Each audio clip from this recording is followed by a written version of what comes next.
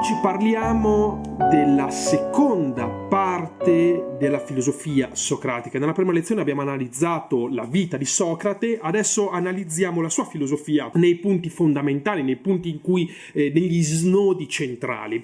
E ho voluto dedicare proprio a questo autore un'intera puntata alla sua biografia perché, come avremo modo di vedere, la sua vita è strettamente legata con la sua filosofia. Tanto che la sua scelta di vita filosofica lo porterà alla condanna a morte e alla morte stessa, come avevamo detto nella lezione precedente. È interessante perché Socrate viene eletto alla filosofia, è un eletto della filosofia da parte del cielo, da parte della divinità. Un suo amico Chierofonte va a interrogare l'oracolo di Delfi e gli chiede qual è l'uomo più sapiente di tutti. E l'oracolo gli risponde Socrate. E quindi c'è già un'elezione di sapienza. Ma perché Socrate viene eletto a sapiente per eccellenza? Perché Socrate era l'unico uomo che era consapevole di non sapere. La celebre frase che viene citata molto spesso di Socrate è proprio la consapevolezza di non sapere. L'unica cosa che so è di non sapere.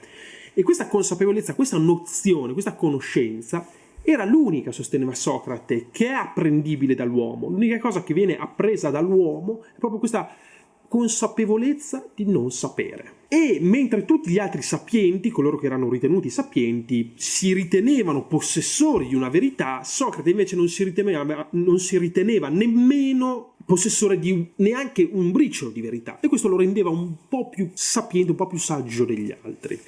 E quindi intorno a queste lezioni filosofiche si va costruendo la figura di Socrate, quindi come una sorta di sapiente non sapiente, una sorta di figura enigmatica. E così Socrate e l'elezione divina che ha illuminato Socrate, che lo ha consacrato alla vita filosofica, gli affidano una missione. Così come tu, Socrate, sei consapevole di non sapere, il tuo compito sarà quello di rendere consapevoli gli altri del fatto che non sappiano, che non conoscano. E questa è proprio la missione affidata a Socrate, che lo porterà poi alla condanna a morte. Socrate però si avvale di un metodo sistematico, non è semplicemente un pensatore che vive di una confutazione posticcia, ma è un pensatore sistematico, sistemico, che arriva a confutare le credenze dei suoi avversari, dei suoi concittadini, con una sistematicità che prende il nome di elenkos, cioè di confutazione dal greco antico. La confutazione socratica semplicemente si avvaleva del riconoscere come vere le tesi dell'avversario. Io ti riconosco come vere le tue tesi, per poi dimostrarti il contrario, per poi dimostrarti che queste tesi, se seguiamo il loro sviluppo logico, conducono a una contraddizione, si contraddicono. Questo metodo, sebbene molto efficace, conduceva quasi ad un'umiliazione dell'avversario.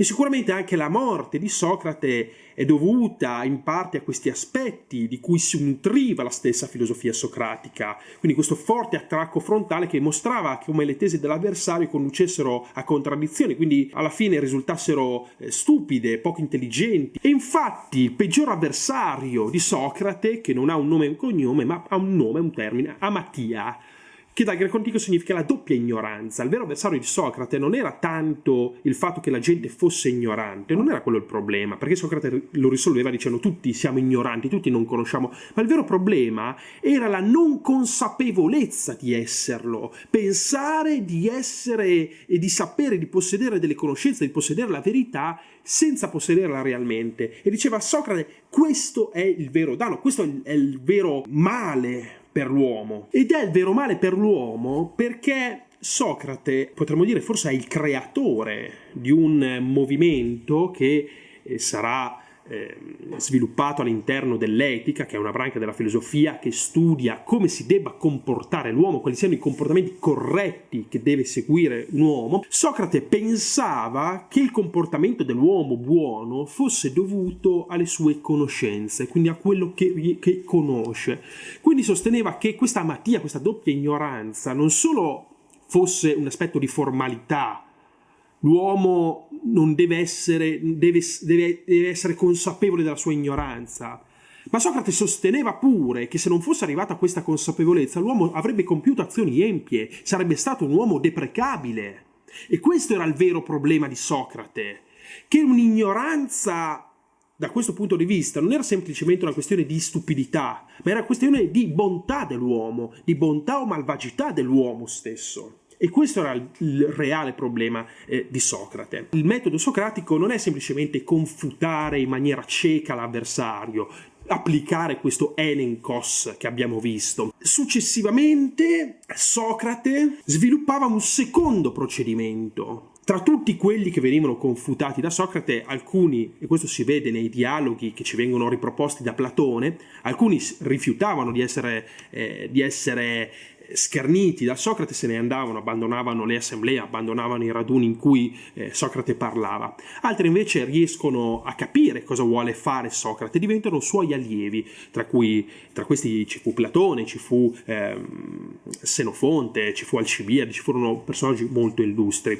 E questi allievi fanno tesoro dell'insegnamento del maestro, arrivano e possono accedere all'ultimo stadio, che prende il nome della maieutica, che prende il nome da un'arte, oggi sarebbe l'arte dell'ostetrica, colei che aiuta a far partorire i bambini. Socrate si vantava di essere un ostetrico del pensiero. Quello che vuole fare Socrate è far partorire le idee indipendenti ai suoi allievi, renderli liberi nel pensiero. E la maieutica è poi questo procedimento. Attraverso la confutazione togliere dalla mente le opinioni, quelle che vengono chiamate le approssimazioni, le generalizzazioni dalla testa dei suoi studenti, per poi instillarvi il pensiero libero, e cioè la capacità di riuscire ad argomentare non secondo quello che appare o quello che sembra o quello che dicono tutti o quello che vuole il costume, ma riuscire ad argomentare agli argomenti filosofici, agli esami della vita, attraverso un procedimento indipendente, attraverso il proprio ragionamento, il moto del proprio pensiero. E così ricostruiamo la vita filosofica di Socrate sia nella sua vita filosofica sia nel suo pensiero, nel suo sviluppo di pensiero. Tutte queste informazioni sulla filosofia di Socrate, come sappiamo bene, Socrate non scrisse nulla e quindi non ci giungono dai suoi scritti, ma ci giungono da Platone. Ci giungono dai dialoghi platonici, perché Platone non scrive, come vedremo quando affronteremo questo autore, non scrive saggi di filosofia, ma Platone scrive dialoghi come delle commedie, e nella maggior parte di queste commedie il protagonista sarà proprio il suo amato maestro Socrate. Così, ricostruendo attraverso dei lavori di filologia i suoi dialoghi, si è riusciti a capire quale sia la filosofia di Socrate, ed è a grandi linee questa che abbiamo illustrato in questa lezione. Io spero di essere stato chiaro, di avervi illustrato i punti nodali della filosofia di Socrate. Nella terza puntata non parleremo di Socrate, ma parleremo dei socratici minori, cioè i suoi allievi, gli allievi che ebbero meno fortuna e che sono contrapposti a Platone, il grande allievo di Socrate. Con questa ultima puntata concluderemo il ciclo socratico. Io vi ringrazio, utilizzate i commenti per dirmi, consigliarmi su cose vi è stato meno utile o più utile. Noi ci vediamo alla prossima lezione proprio con i socratici minori. Grazie.